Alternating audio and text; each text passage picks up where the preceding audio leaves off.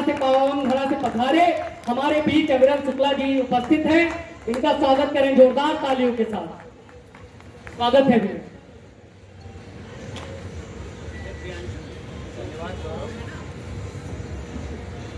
आत्मा के सौंदर्य का शब्द रूप है काव्य, मानव होना भाग्य है कभी होना सौभाग्य। ऐसी तमाम जिंदाबाद भाई। गोपालदास नीरज जी की पंक्तियों को चरितार्थ करने वाले इस मंच पर उपस्थित समस्त वाणी पुत्रों को मैं प्रणाम करता हूँ, अभिवादन करता हूँ।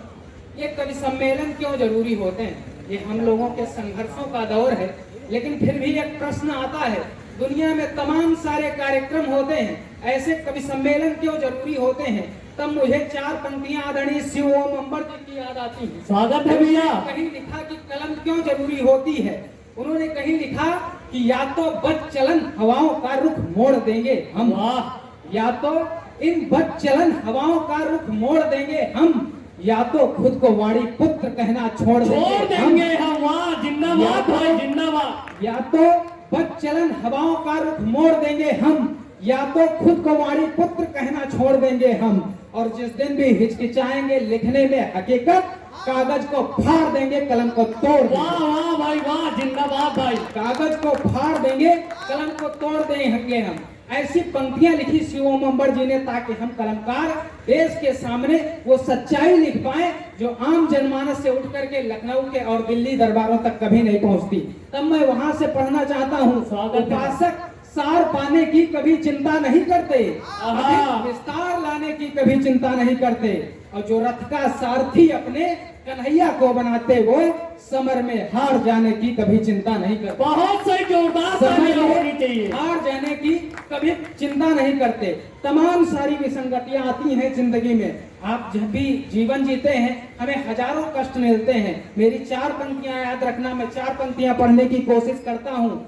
जमाना मौन हो जाए सर, जमाना मौन हो जाए तो ऊंचे स्वर बना लेते, परिश्रम के पुजारी ये नियम अक्सर बना लेते, और सफर में यदि मिले कांटे तो कायर याचना करते, बहादुर लोग अपनी एड़िया पत्थर बना लेते। वहाँ जोरदार तालियां होनी चाहिए। बहादुर लोग अपनी एड़िया पत्थर बना लेते। और बहादुर लोगों में कौन से गुण होते हैं? ध्यान रखना, जरा पंक्तियां सुनना। स्वागत है भाई। उठाकर शीश चलते, नाहरों से बात करते हैं। कभी जब ऐसी समस्या पड़े कि आपको झुकना पड़े, तब चार पंक्तियां याद रखना कि उठाकर शीश चलते, नाहरों से बात करते हैं, समर में वीर जब आते सरों से बात करते हैं, और कई घायल परिंदे भी गगन के पार उड़ जाते, निकम्मे लोग होते जो परों की बात करते। वाह वाह वाह वाह, शानदार भाई। निकम्मे लोग होते जो परों की बात करते हैं। बहुत जोरदार। हमसे तमाम सारे लोग कहते हैं, तुम इस उम्र में वीर रस की कविता क्यों लिखते हो? हमारी जो उम्र है, अक्सर इस उम्र में जब लोग कविताएं लेखनी की शुरुआत करते हैं तो या तो श्रृंगार लिखते हैं या हास्य लिखते हैं, लेकिन मैंने वीर रस का रास्ता चुना। अक्सर लोग कहते हैं कि तुम वीर रस की कविताएं क्यों लिखते हो, तब मैंने चार पंक्तियां उनके जवाब में लिखी, आप तक प्रेषित कर रहा हूँ। आप कैसे सुनेंगे मुझे नहीं पता, लेकिन मेरे मन की भावनाएं हैं, मैं प्रेषित कर रहा हूँ। मैंने उनको जवाब दिया कि मैं वीर रस की कविताएं क्यों लिख रहा हूँ कि फक्र करिए, खो चुकी जागीर लेकर चल रहे हैं।